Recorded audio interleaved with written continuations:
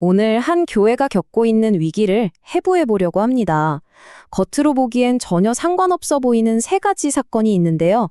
이 사건들이 어떻게 하나의 뿌리로 연결되는지 우리가 한번 추적해 보겠습니다. 자, 첫 번째 사건입니다.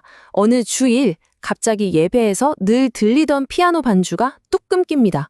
교인들이 어리둥절해 하는데 이유는 더 이상 피아노 칠 자원봉사자가 없어서라는 거였죠. 뭔가 좀 이상하죠? 그리고 두 번째 사건. 한 자원봉사자가 작은 실수를 합니다. 그런데 목사님이 이걸 조용히 넘어가지 않고 모든 교인이 보는 앞에서 공개적으로 호되게 꾸짖습니다. 이게 마지막 퍼즐 조각인데요. 목사님은 그 자원봉사자를 즉시 해임하고 일방적으로 유급 사역자를 그 자리에 앉힙니다. 여기서부터 사람들은 생각하기 시작하죠. 잠깐만, 이 교회의 진짜 주인은 누구지? 목사님인가? 우리 교인들인가? 네, 이 세 가지 사건은 그냥 우연히 일어난 별개의 문제들이 아닙니다. 사실은 하나의 거대한, 아주 깊숙한 구조적 문제에서 뻗어나온 가지들이죠. 오늘 분석의 핵심이 바로 이겁니다. 자, 그럼 본격적으로 한번 파헤쳐 볼까요? 우선 첫 번째 단서, 바로 사라진 피아노 반주부터 시작해 보겠습니다. 그리고 이 결정을 정당화하기 위해 목사님이 내세웠던 신학적 논리가 과연 타당했는지 살펴보죠. 이게 바로 목사님의 주장이었습니다. 하나님은 형식보다 중심을 보신다. 어때요? 굉장히 그럴듯하게 들리죠? 하지만 이게 과연 개혁주의 신학에서 말하는 예배의 전부일까요? 좀 더 깊이 들어가 볼 필요가 있습니다. 이 논쟁을 이해하려면 예배의 규정적 원리라는 핵심 개념을 알아야 합니다. 좀 어려운 말 같지만 간단해요. 우리가 다 같이 모여드리는 공예배는 우리 생각에 좋은 걸 하는 게 아니라 성경이 이렇게 하라고 명시적으로 명령한 것들만 해야 한다는 원칙입니다. 즉, 예배의 설계자는 우리가 아니라 하나님이라는 거죠. 마음이냐 형식이냐 둘 중 하나를 고르는 문제가 아니고요. 하나님이 정해주신 그 형식에 우리의 진실한 마음을 담아 표현하는 게 핵심이라는 겁니다. 자, 바로 이 표가 첫 번째 수수께끼를 풀어줄 열쇠입니다. 보세요. 예배에는 필수 요소와 정황적 요소가 있습니다. 회중 찬송은 하나님이 명령하신 무엇, 즉 필수 요소예요. 이건 절대 뺄 수 없죠. 반면에 피아노 사용은 그 찬송을 어떻게 더 잘 부를까 하는 방법의 문제, 즉 정황적 요소입니다. 피아노는 본질이 아니라 도구에 불과하다는 거죠. 그래서 여기서 좀 놀라운 첫 번째 결론이 나옵니다.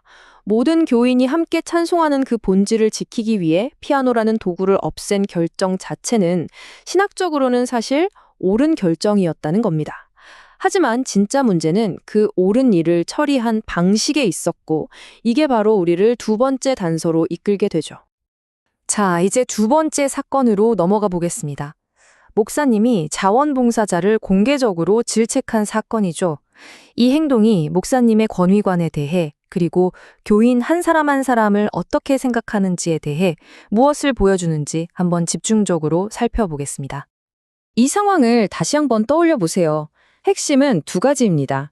첫째, 개인적으로 해결할 수 있는 일을 굳이 공개적으로 망신을 줬다는 점. 둘째, 실수를 바로잡을 기회도 주지 않고 곧바로 다른 사람으로 교체해버렸다는 점입니다. 성경, 특히 마태복음 18장을 보면요, 교회 안에서 갈등을 해결하는 아주 명확한 절차를 제시합니다.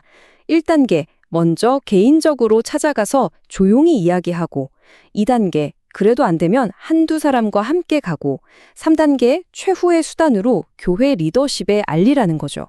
그런데 목사님은 어떻게 했나요? 이 모든 절차를 건너뛰고 아주 사소한 실수에 대해 왜곡된 3단계를 공개적으로 실행해버린 겁니다. 이런 행동은 사실 더 깊은 문제를 드러냅니다. 교회를 유기적인 몸이 아니라 효율성을 따지는 기업처럼 보고 있다는 증거죠. 기업에서는 실수가 나면 책임을 묻고 비효율적인 인력은 교체하잖아요. 하지만 교회는 모든 사람이 각자의 은사를 가지고 함께 성장하는 곳입니다. 실수는 성장의 기회가 되어야 하죠. 이런 기업식 접근은 모든 교인이 제사장이라는 만인 제사장설의 근간을 흔드는 아주 위험한 생각입니다. 자, 이제 거의 다 왔습니다. 마지막 단계로 가보죠. 이 모든 사건들이 어떻게 교회의 정치 시스템, 즉 교회의 헌법이 무너졌다는 핵심 진단으로 이어지는지 보여드리겠습니다. 이 교회가 따르는 장로의 정치는요, 쉽게 말해 국가의 민주주의 시스템과 비슷합니다. 대통령 혼자 모든 걸 결정하는 게 아니라 국회와 사법부가 서로 견제하고 균형을 이루는 것처럼요. 교회에서도 목사님 한 사람에게 권력이 집중되지 않고 교인들이 선출한 장로들과 권한을 나누어 서로 견제하도록 설계되어 있습니다. 1인 독재를 막기 위한 장치인 셈이죠. 그렇다면 여기서 가장 중요한 질문이 나옵니다. 목사님이 혼자서 반주자를 없애고 봉사자를 공개적으로 징계하고 유급 사역자를 임명한 이 모든 결정들, 과연 본인의 권한 내에서 한 행동이었을까요? 아니면 명백한 월권이었을까요? 자, 바로 이 표가 결정적인 증거, 이른바 스모킹 건입니다.